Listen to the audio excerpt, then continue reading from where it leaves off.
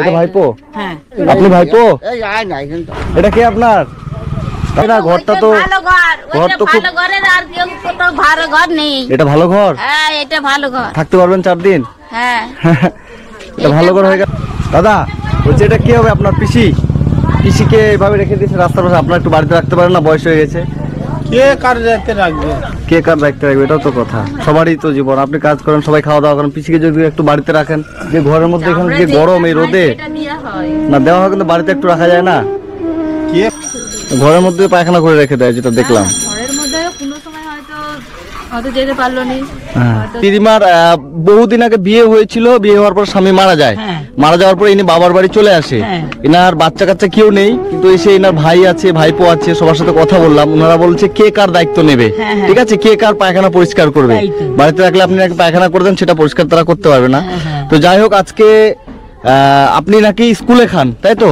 স্কুলে যে রান্না হয় সেখানে খান? খাই। হ্যাঁ, আমাকে দেয়, স্কুল থেকে দেয়। জুটি হয়ে সবাই মিলে জুটি করে তারপরে দেয়। বলছে দিদি কত পাবে, খাটবে, খাটতে যেতে পারবে না।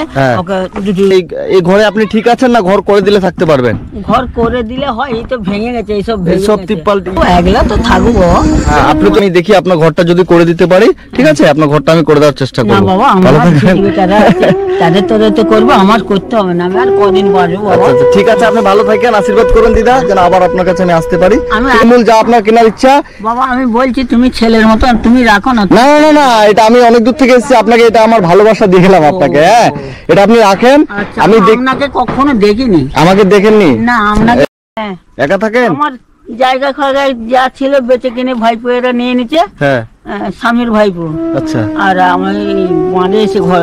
এখানে কার সাথে থাকেন আপনি? আমি একলা থাকি। একা থাকেন? হ্যাঁ। ছেলে মেয়ে নাই? না, কেউ নেবে না, কেউ নেবে না। এই জায়গা আমার ছিল। খাওয়া দাওয়া করেছেন? না, এখনো রান্না করিনি। রান্না করেননি? কোথায় রান্না করেন আপনি? এই ঘরেই? আপনি খাবে তাহলে নেড়ে দেবো। আমি খেলে দিন। চলেন তো দেখি আপনার ঘর কোথায় থাকেন। বাবা দেখুন, এখানে থাকেন এভাবে? খড়ের ঘরে? কি চৌকি নেই, বেড নেই, কিচ্ছু নেই। তো গরম লাগে না এখানে?